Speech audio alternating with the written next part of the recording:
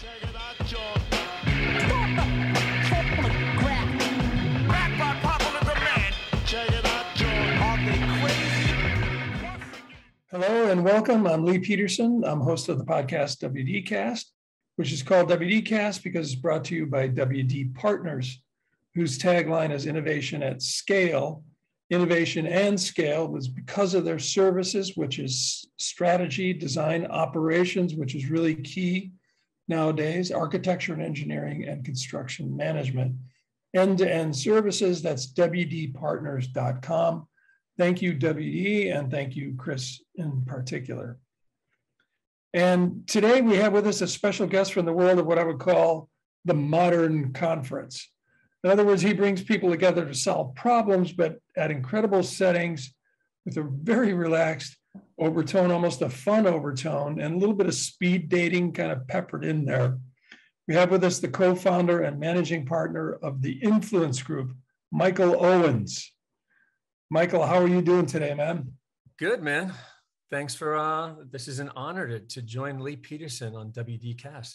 So I thought what might be a good idea would be, you know, a lot of people go to your conferences and you're super gregarious during those and you lead a lot of the presentations and things like that. But I don't know that anybody knows like your background that much. So from everything that I understand, it's pretty amazing. So could you start talking about that? Like what about Michael Owens? Where are you from? Geographically, originally from New York, lived in New York my whole life, grew up, went to school and studied television production, thought I wanted to become a TV producer and went to do some work after that for a little while and didn't really find a real job. So I saw an ad one day that said conference producer. I'm like, all right, it has producer in the title and started producing conferences, working for a company that was producing conferences in the automotive sector and really just started liking the industry, bringing people together, learning about trends and wind up producing content for a number of years in automotive, in marketing and technology. And then started working for a company that was producing conferences and content in the real estate world. Did that for a good 15 years. Found that I liked it. Was producing retail, restaurant, education, sporting venues. And then basically in 2013, went out on my own with my partner, Mike McCarthy, who we actually worked together at a previous company and said, we really enjoy doing this. We do it pretty well, but we can make it a lot more personable. We can actually make it fun and really up the experience. We knew that experience was a big part that was going into a lot of the markets and the industries that we were talking about and bringing people together, specifically retail. So we said, all right, if we're going to, preach, hey, we have to bring experience to retail. We have to bring a better experience to healthcare. We should try to do the same thing in our live events. So when we launched Influence Group, the idea was to make it more of a retreat. We feel that the trade show model was dying essentially. It wasn't an effective way for business for the most part. And that was the foundation of when we started the company in 2013. I think when WD first noticed what you guys had done was that Key West conference. And that was your first one, right?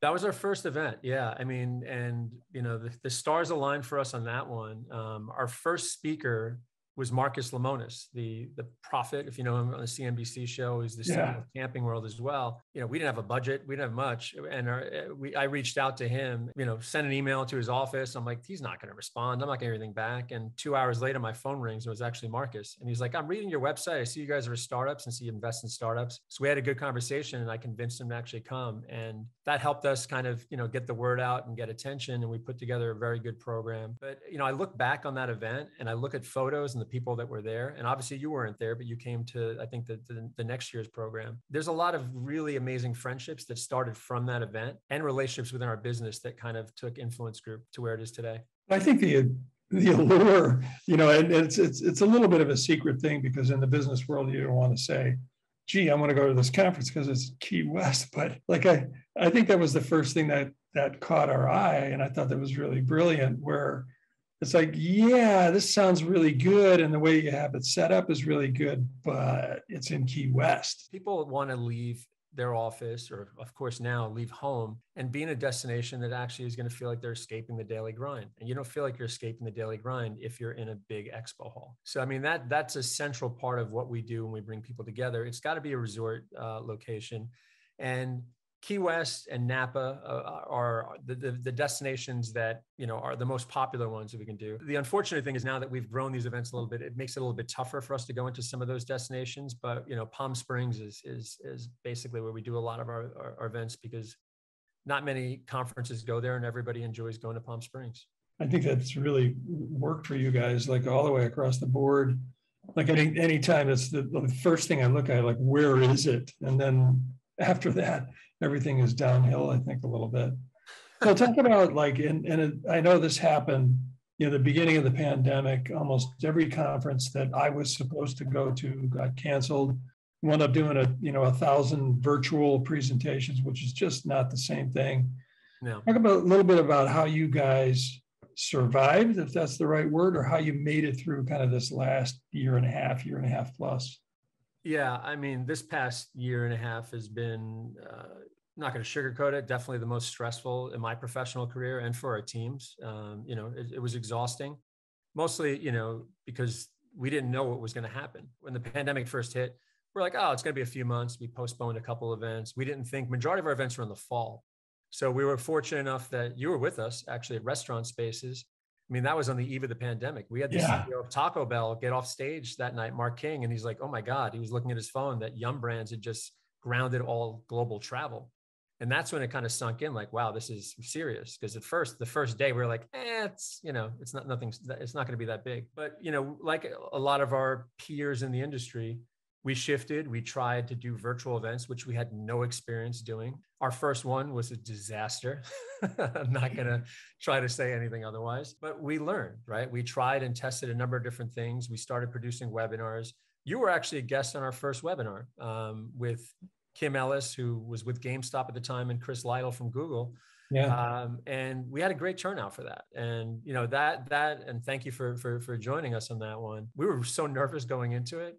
But then afterwards, it's like anything, like you kind of feel good. You're like, oh, we can make this better. And so we've invested a lot over the last year. We built a studio and we tried to make it more of similar to our events, just try to not make it as boring, try to add some personality to it. Jason Schwab and our team has done a tremendous job, as I'm sure you know, with the Disrupt series that we're doing on LinkedIn. So, we've pivoted a lot, and it's now going to be part of our, our repertoire. It's our offerings that are out there. It's not something we're going to stop. It wasn't just a Band-Aid to get through the pandemic.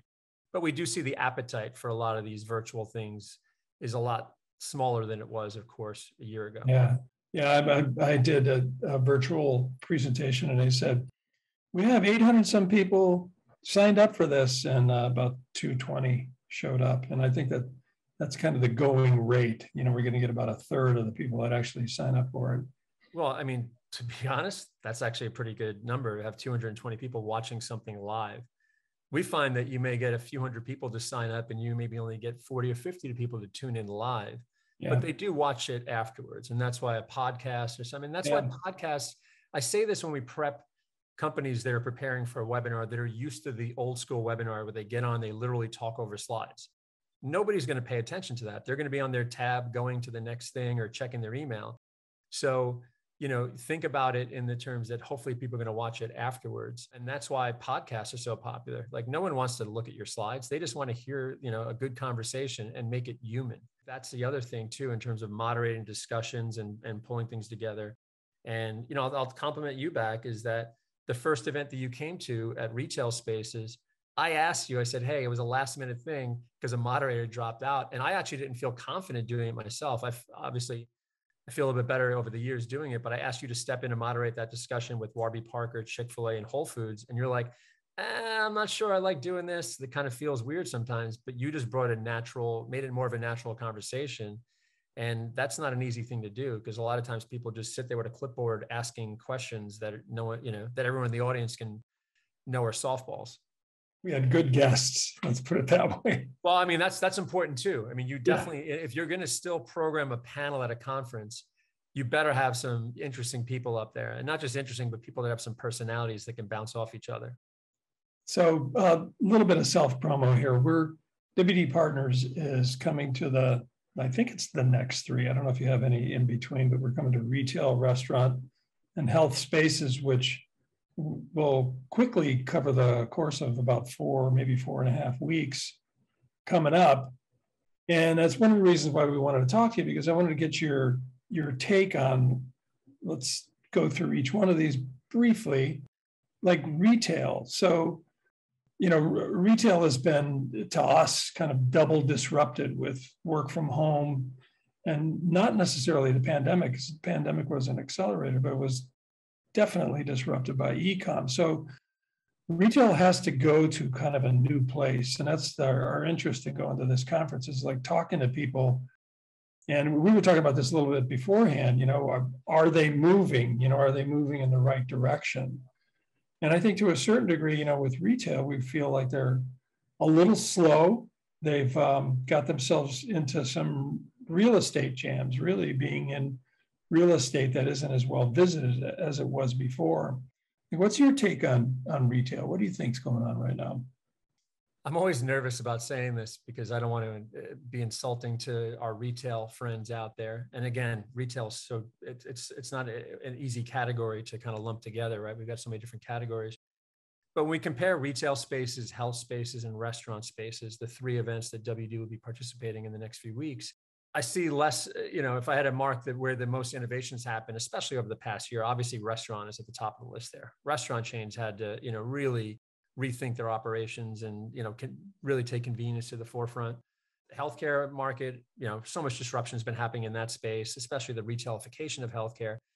But within retail, it's tough. I feel that as you've already said, and talked about so many times, a lot of these chains are overstored. A lot of the people that are in roles in store development and design, construction, are not able to do anything focused on innovation or future store concepts because they're bogged down with trying to terminate leases or get out of, or update some of their existing stores, which are, not performing. And when you do see the exciting retailers or the things that are coming in, it's more of the online, DTC retailers that are opening up brick and mortar, or the ones that are just more nimble and able to do things differently.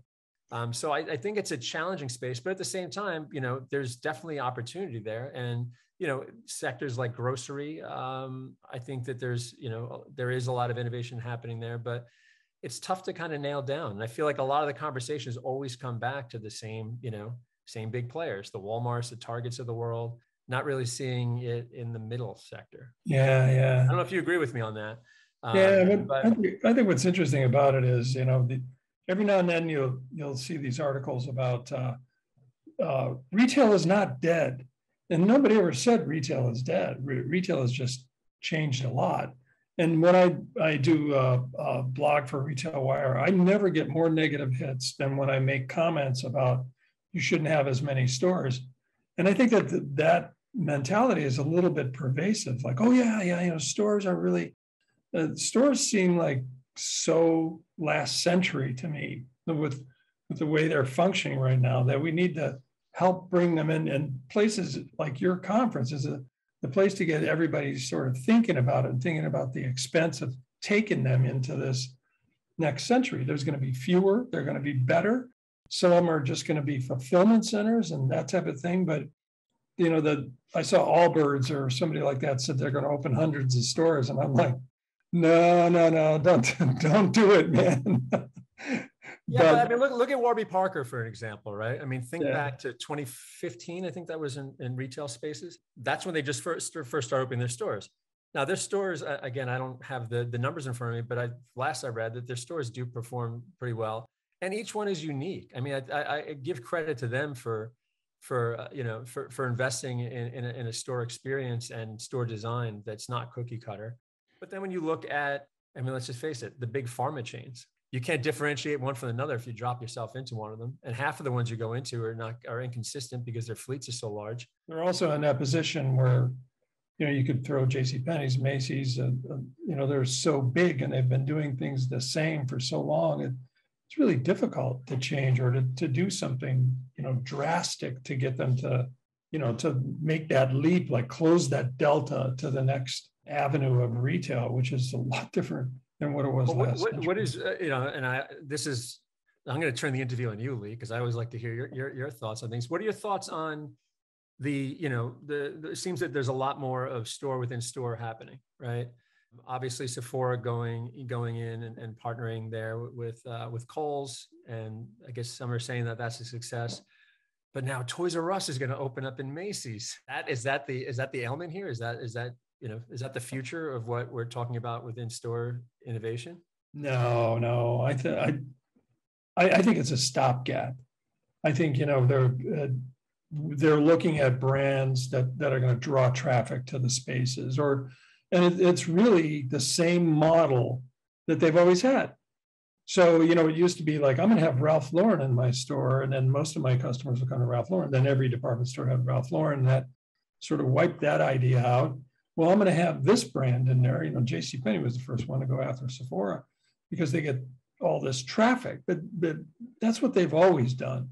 What needs to be done is something a little bit more drastic, like store reduction size, fulfillment centers, better delivery, an e-com off the chart, private label, which they were slow on or not very good at, compared to somebody like Target, who did the private label thing a long time ago and now has built that equity that they have their own brands and they can't just sell commodities. Like you hate to call Ralph Lauren a commodity, but it was when every department store had it. So no, I don't think that's the silver bullet by any means at all. I'm just bringing up the things that you see, that I tend to see, whether I'm reading Retail Dive or Retail Wire. I mean, these are the things that are getting the press, and and then if we go over to, the restaurant industry, we've been running these roundtables on a regular basis in the restaurant industry for our RestaurantSpaces. It's really fascinating when,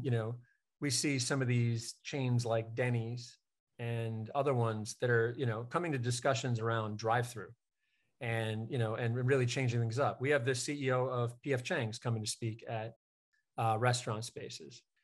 They're opening up all to-go locations now. They're investing all more into the fast casual space. That's the only way that these chains are going to really make it through, and they're making these changes pretty quickly. When I say, not saying that they're happening overnight, but these were things that they knew that they should have been doing.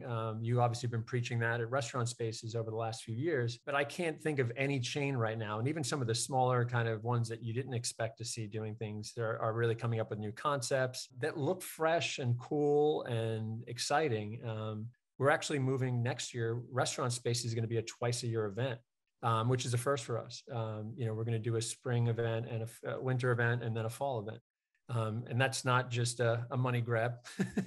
It's really because there's so much to talk about. There's so much innovation happening, and the fall version will actually be more tech driven. So it'll still be kind of grounded in development and design, but we know that with, point of sale and convenience and drive through and delivery and everything else, that there's a big offering. And that's kind of where the evolution of RestaurantSpaces has gone, is that, it started out just design and construction, bringing the large chains together. But we started bringing a lot of the fast growing chains, 40, 50, 100 locations. Their CEOs started coming because they wanted to hear kind of how these bigger chains are scaling and kind of keeping their programs moving along. First of all, thanks for making the segue to restaurants. You beat me to the punch on that. I appreciate that. But this is where it's gone. I ride bikes like a little too much, and I was out in the middle of nowhere. And we stopped, and one of the kids that I was riding with, I'd say kid, he's like, 25. He has a food truck. He has 2 or 3 food trucks.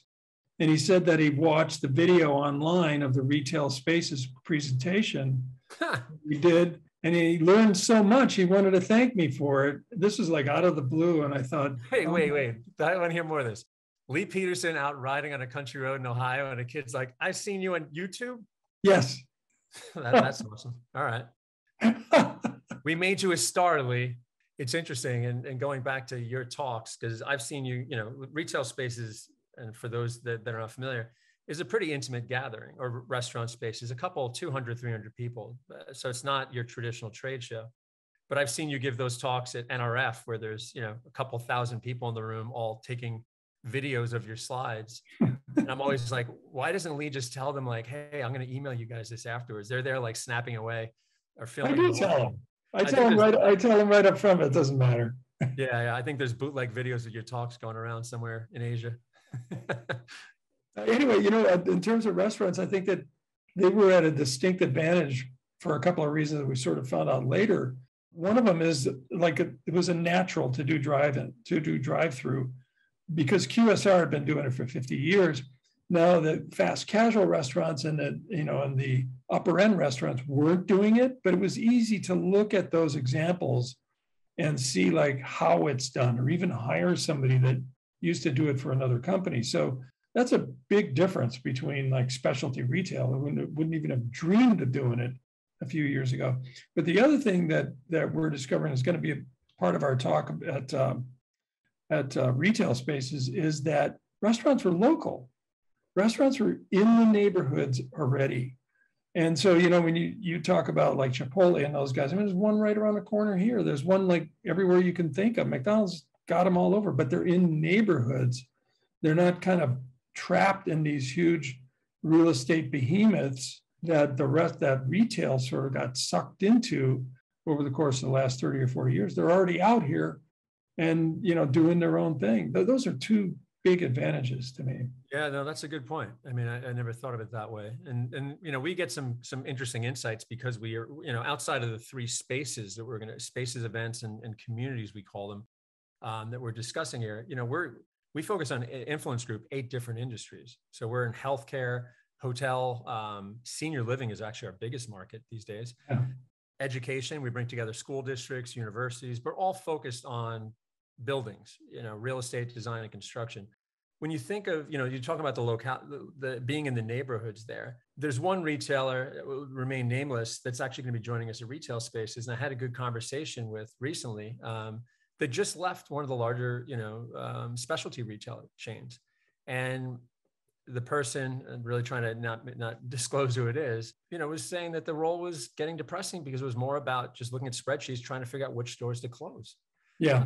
And, when you're working with some of these more nimble upstart online retailers that are now going to brick and mortar, you're in the data business, right? You're looking at data. You can see things of where people are going, where people are purchasing, looking at their habits, and then make kind of interesting decisions on real estate play, whether it's a pop-up, whether it's, more of an experience center and doing different things. And I think that's the exciting part, to talk about. I think some of the other things, unfortunately, for a lot of these retailers, especially if you're in store development right now, depends where you're at. It's either you're in the closing business and not really in the innovation business, or you're focusing on doing new things.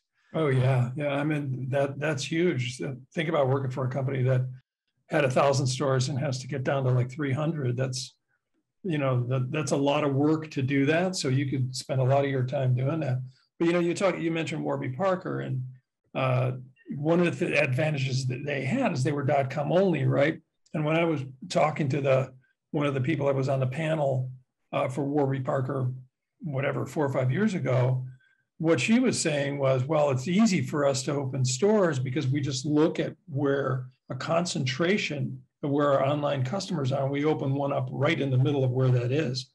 And so that's why they have neighborhood stores and different stores and places that are like, you look at a location for Warby Parker and you think like, what would prompt them to do that? Well, the whole neighborhood buys stuff from Warby Parker. So why not have a store? She also mentioned to me that if nothing else, like when they do that, when they open a store right in the midst of all their already online customers, their online sales go up too. So the purpose of the store isn't necessarily we have to make a certain amount of ROI and everything. It's half brand billboard, half fulfillment center, half customer piece customer service. And oh, by the way, we could sell you some glasses as well.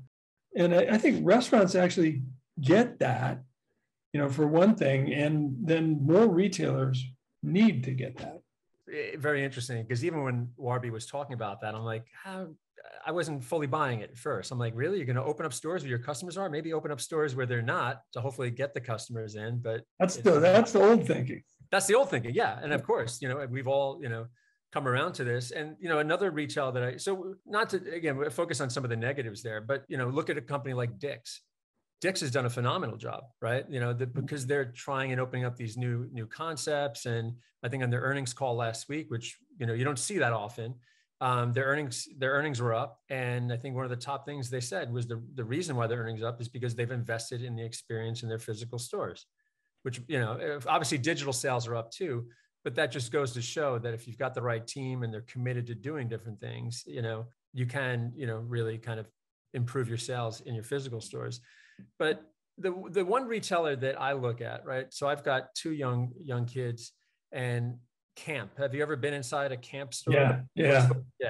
The Magic Door. It kind of takes you down. They have the location in Brooklyn and other ones. We were just there, and my oldest daughter I'd taken there like 2 years ago, but my youngest one wasn't there, and my wife as well. We walked in, and it's just like, I knew where the Magic Door was in the back of the store that takes you down into, for people that are not familiar with camp, it's a toy store, at least the one location in Brooklyn. You walk in, it's basically like a small little toy store, but if you go into the back, there's a bookshelf, and if you push it, it takes you down an elevator, and it's a whole play area for kids. So my kids are just blown away with it, but I still don't understand how they make money. Right. But I've read some interviews there, and with their founders, and they've obviously figuring something out. They're opening up a camp concept, another a camp, and other things they're doing, a Galaxy Camp. That to me is like when we talk about the future of experience, but I also don't know, like, how do these chains, how do they actually, if they're not pushing or selling that much product, are people still going in there and going on Amazon and buying their toys is a whole other thing. So on healthcare, and you mentioned this already, like the retailification of healthcare. We've been on that. We have a healthcare division run by Dan Stanek, and he's going to speak at your conference. And I think what's interesting about that is sort of in the same flow that Walmart wants to do, and Walgreens says they're going to do it. Everybody says they're about wellness and all this other stuff. So there's a crowded marketplace. But at the same time, I think, that makes it more interesting, and that somebody's going to find the blue ocean, or somebody's going to figure out a way to stand out. I mean, well, Dan, has spoken now, I guess, that the last two HealthSpaces, and again, does a bang up job kind of really sharing how retail, healthcare has gone retail. I mean, it's crazy when you think about it, right? Who would ever think that 10, 15 years ago that, Walmart was going to be a big player in healthcare? But what's even crazier, I don't know if you saw the news this week, is Dollar General. Yeah. Dollar General just. That's what I mean. It's like, yeah. When that happens, then everybody's in. Yeah. I don't know if I'm going to get my healthcare at Dollar General. I'll just say that there. I don't know. It just doesn't sound right.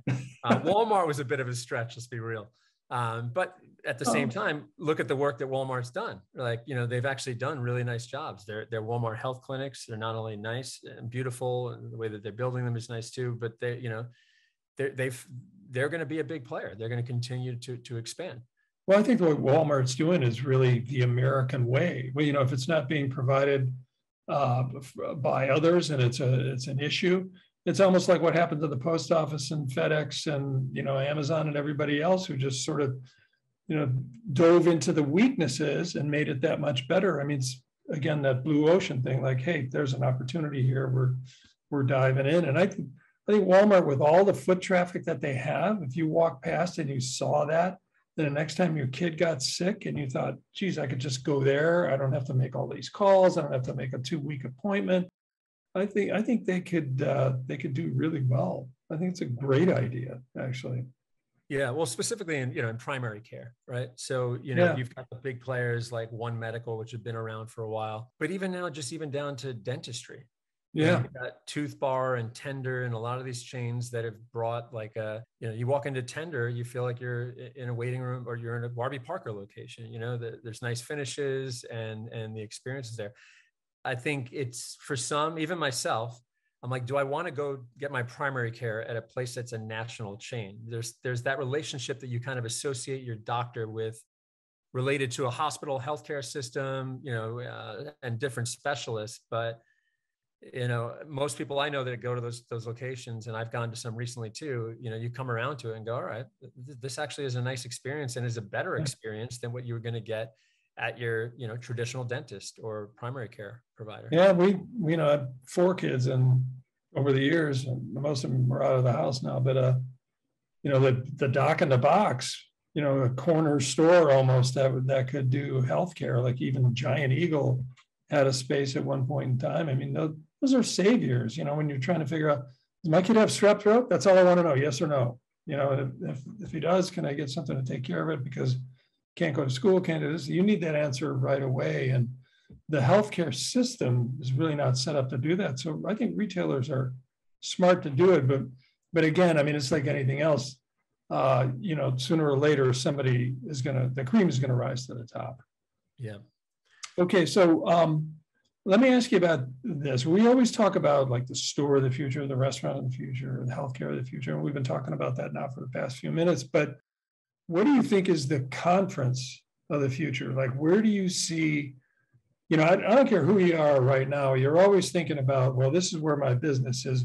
But then like a few years from now, it's going to be something else that's also the American way. So tell us about the conference of the future. And then what do you think, how are you going to get across that delta? So for me, if I had a clean slate tomorrow to start a new conference, and it would be a lot less structured. I think that's still a challenge that people, when they're deciding to go to a conference, they still want to see how many speakers are going to be there, right? There's got to be 20, 30, all the conferences advertise that 80 speakers, 90 tracks, blah, blah, blah. It's like, who the hell has time for that? You may go watch one or two. You're going there because you want to be with other people.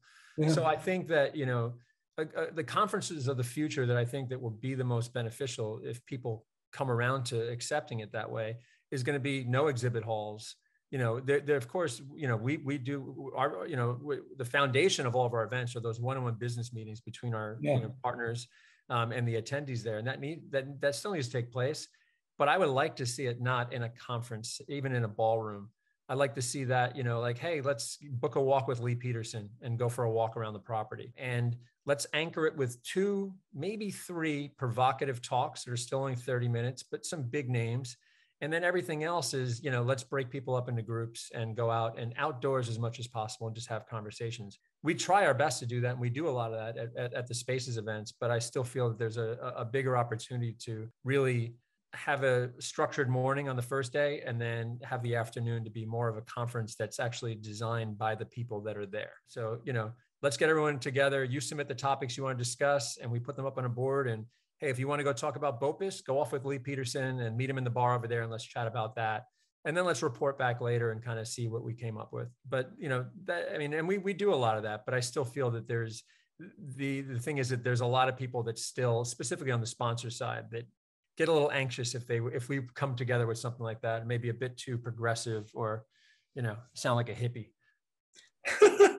No, but damn hippies. One-on-one setups are really great because they have like a limited amount of time. And any retailer or healthcare provider, anybody that's at the conference to think like, well, you know what, in exchange for being at this resort and listening to these great speakers or getting to know a lot of people in my own industry, I got to talk to Lee Peterson for 10 minutes. Hopefully that's not so bad. And we get that vibe from people that we talk to, we do the one-on-ones, whatever it is, like 10 or 15 minutes.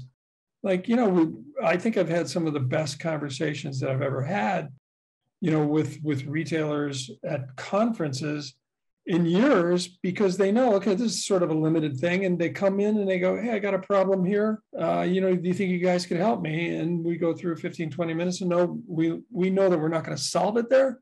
But, the conversation will continue somewhere else. And that's all you're asking for, I think. Yeah. And we have some sponsors that are very, they want to have time to show their product, their piece of tile or whatever it is, like in a setting to kind of go through that.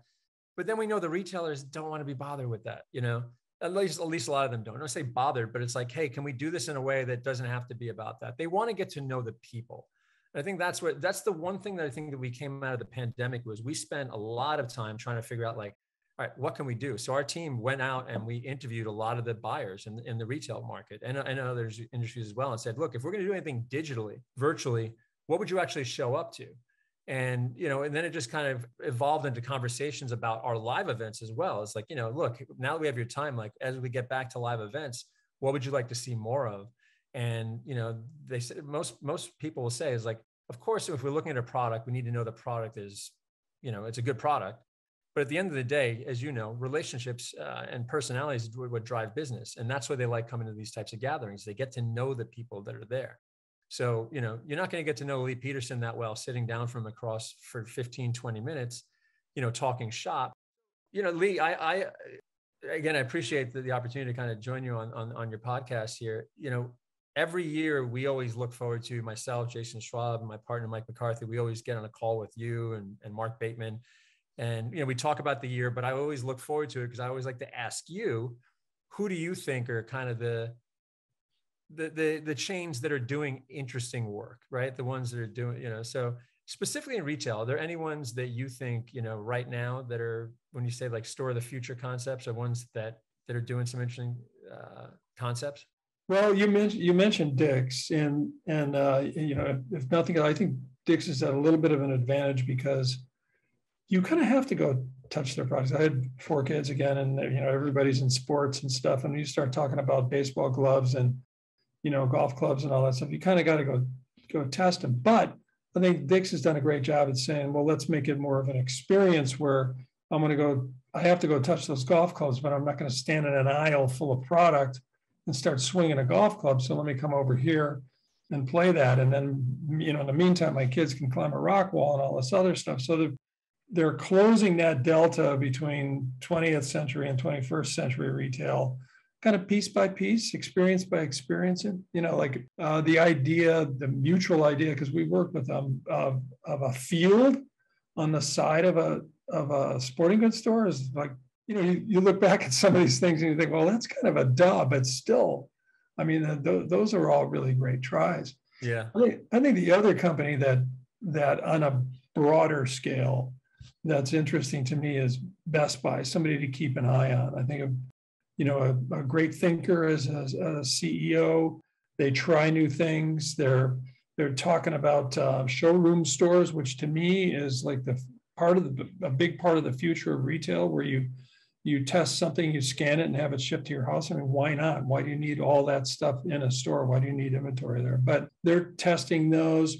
They're always doing new things with e-com. They had the foresight, and it may have been partially accident, to do Geek Squad. My God, now you're in somebody's house with your stuff, which is, paramount right now because that's where everybody is. So now you got somebody coming in there with a uniform on that says Best Buy, and they're fixing your TV, and they're really nice people. So those are 2 companies. I also thought before their sale that Supreme was a great kind of product innovation company to think about, because the way they did their drops and the way that they really took advantage of product scarcity more than anybody has in like the last 50 or 60 years intentionally. So they said, we're going to drop this stuff and it's gone. And, I don't know if you know this, but Zara, that's how Zara started in the 80s. They would, in Madrid, they would drop all this product into a store. People would bum rush the store, sell everything out, they'd close the store. Wow, I didn't know that. Yeah, but then you build up this sort of mystique about a brand. And I think that on the product side, what Supreme was able to do, and, with a reverence, like if you buy this, you're stupid. They'd put that on tags and then people would buy it. It would sell out in a minute. But all that stuff, I think Supreme was really a forerunner. Yeah. So, no, those are all good examples. I guess I would say my experience recently in Best Buy stores, and I just bought a TV a week ago, was not that great. So I hope that to see them do something, because, you don't want to see that again, another big chain like that goes by the wayside, and the place you have to go buy TVs or Target or Walmart, kind of like happened to Toys R Us. But the one point you just hit on there is that, work from home. Yeah. That's going to impact so much right now. And I retweeted it just yesterday, and going back to HubSpot company, their founder put this tweet, and I actually have it right here, saying companies that require all employees to go back into the office full-time are incurring culture debt. Like financial debt, they'll have to pay it off at some point with interest. The problem with culture debt is it's more insidious and hard to pay off completely. Now, I agree on that 100%. You see a lot of companies now, some are requiring people to come back into the office just for the sake of doing it. But you're seeing a lot of the big, more progressive companies, right? The tech firms are out there. They're going to a more flexible hybrid work environment. And we actually have an event, RestaurantSpaces. So we're in a lot of these conversations, hearing the policies and where things are going. And the future is going to be a lot less people going into offices, going into downtown corridors. Well, you just set up my RetailSpaces presentation in that It dawned on us, I don't know, somewhere in the middle of this pandemic, that the idea of work from home is going to change everything. Like now, I walked around my neighborhood and I'm like, why don't we have better stores in this little stupid shopping center where there's, like a tennis store or something? Yeah. And so all of a sudden you're waking up to this neighborhood that you live in, and local becomes much more important. But that's going to have a huge effect on real estate, and not only just these behemoth office buildings and offices, period, like the one I'm in now, which is capable of holding like 400 or 500 people. And I'm like, me and 3 people are in here right now. But it's also going to have a huge effect on real estate in terms of retail. Why are you in a place where nobody's going to anymore? Yeah. Why aren't you where everybody is? I mean, that is one of the foundational elements of retail is go to where the customer is, right? I mean, that's why we built malls, because we knew that they were going to build giant neighborhoods around them into suburbs. But now it's kind of a reverse of that. Like, how do we get back into neighborhoods? Because that's where people are. Yeah. It's definitely going to be, I think that's where that's the biggest disruption that came out of the pandemic is the work from home. And, if you're in real estate and trying to figure out places, and that's why a lot of these chains, especially, I think of our offices in downtown Wall Street area, New York City. We don't even go in. I mean, we have a WeWork office, it was there for mostly to catch our mail.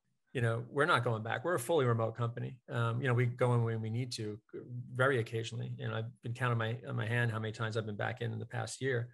But yeah, I mean, the neighborhood's where it's at. There's a lot of implications for retail, restaurant, and probably even healthcare to some extent. Huge factor. I think, the pandemic was an accelerator for 1,000 things, but then that one, work from home, that's a disruptor.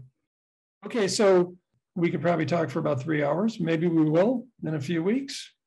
But I have one last question, like a softball question for you. So what have you been doing for fun? I traveled a hell of a lot. As you know, I came to Columbus for the first time. I caught up with you on a road trip, driving back around. I think that was the one great thing I'd say, the silver lining of the pandemic is, as I mentioned earlier, I have 2 young girls. Our lease, we were living in an apartment in Brooklyn, and our lease was up right when the pandemic started. And we said, let's put everything in storage and use this time to kind of hit the road. So I took my kids, my wife, and we drove around. We went all over the country, for the most part. Did a lot of hiking and outdoor activities that we definitely wouldn't have done. Specifically, we were stuck in an apartment freezing our asses off in New York. So so that's kind of, what I have been doing for fun for this past year. And hopefully now, as we come out of the pandemic, hopefully no more variants, get back into things that I really like to do, which was playing music and getting into the gym. I joined a boxing gym yesterday. First time in a boxing gym in 2 years. Got the shit kicked out of me, and I'm probably never going back. So, all right, Michael. Well, thank you. You've been super gracious. Much appreciated. Thanks for making WDcast better. Good luck out there. I'll see you in a few weeks. And, looking forward to it. Yeah, I mean, all I can say is I hope Spaces is live from now on to eternity. Yeah, man, 100%. And thank you. I mean, for all the awesome content that you've delivered over the years.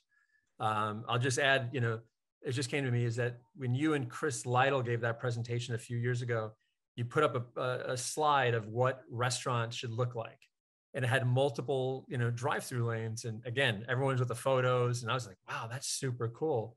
And now it's amazing to see that they're all doing that, right? We've got Taco Bell CEO speaking at RestaurantSpaces. I mean, they put out this concept in one of their franchises, which I'm sure a lot of listeners saw, or I know you definitely saw, with a 2-story thing. I don't know operationally if that makes any sense, but Chipotle with Chipotle lanes and all these other different things. And you've been talking and preaching this stuff for a long time. So yeah, well, what's interesting about working with WD is you can think of an idea like that and think like, could we even do that? And we have the capabilities to bring out the engineers, the site planners, architects. Like, can I make an all glass wall there? All those crazy designer ideas that you see that can never be built. We have the people that can tell us, well, yeah, we can do it or we can't do it. And sometimes you move on, and other times you nail it, like that one. I felt like I felt like there should be hundreds of those right now, frankly. Yeah, just not the municipalities don't want them though. That's the other problem. Yeah. All the backup traffic though. That's the whole other We'll conversation. see about that. Okay, got to move on. People, be sure and listen to WDcast as we keep it going with more interesting guests like Michael, and in order to extract some much needed brilliance as we just discussed. So be sure and subscribe to this podcast, which is at wdpartners.com. You go to the podcast icon on the bottom of the page in the Permanav, and we've got wisdom from CEOs, entrepreneurs, artists, restaurateurs, marketers, all good brain food. So thank you very much. Thanks for listening. Stay safe. And remember, the first rule of leadership is it's always your fault. See you later, guys. Thanks.